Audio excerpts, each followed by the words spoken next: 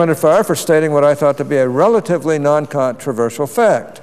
Here's what I said. In 2009, 51% of Americans had zero or negative income tax liability. Now here's what that means.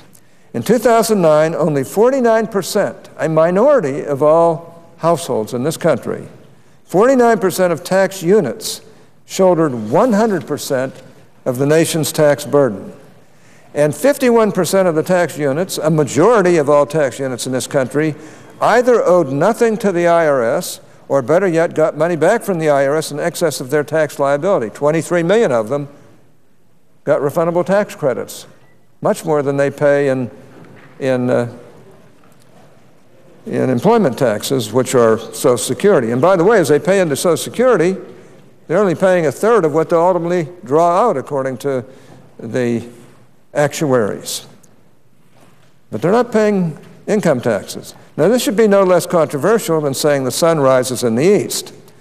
This is not conjecture. It is a demonstrable fact, yet it apparently touched a nerve, because last week, after raising this issue on the Senate floor, MSNBC and the liberal blogosphere, presumably armed with the talking points from the Senate Democratic War Room, went ballistic, suggesting that I wanted to balance the budget by raising taxes on the poor. I'm not surprised, but this completely misses my point. And the point is this.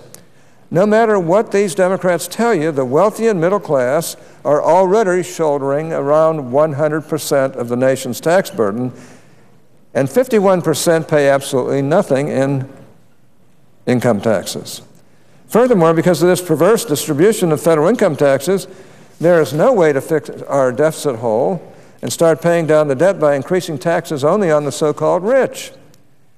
Here's the bottom line. All of the left's talk about taxes on the rich and closing loopholes and going after corporate tax breaks is meant to divert attention away from the sad fact that the president's out-of-control spending puts Democrats in a position of having to raise taxes big time on the middle class if they are going to balance the budget without structural reforms to our largest spending programs. Tax increases on the wealthy will not get our nation to fiscal balance. Even if we let the Bush tax breaks expire for the top income bracket, the total amount raised over 10 years would be $615 billion. That's over 10 years. Yet our deficit this year alone is $1.5 to $1.6 trillion.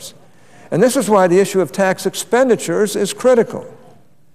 Now, just so everybody knows, I made it pretty clear, I thought, in my last remarks, that I don't want to tax the truly poor, those who would help themselves if they could. I don't want to tax them. But you can't tell me that 51% of all households are the truly poor. And I really don't want to tax them either, to be honest with you.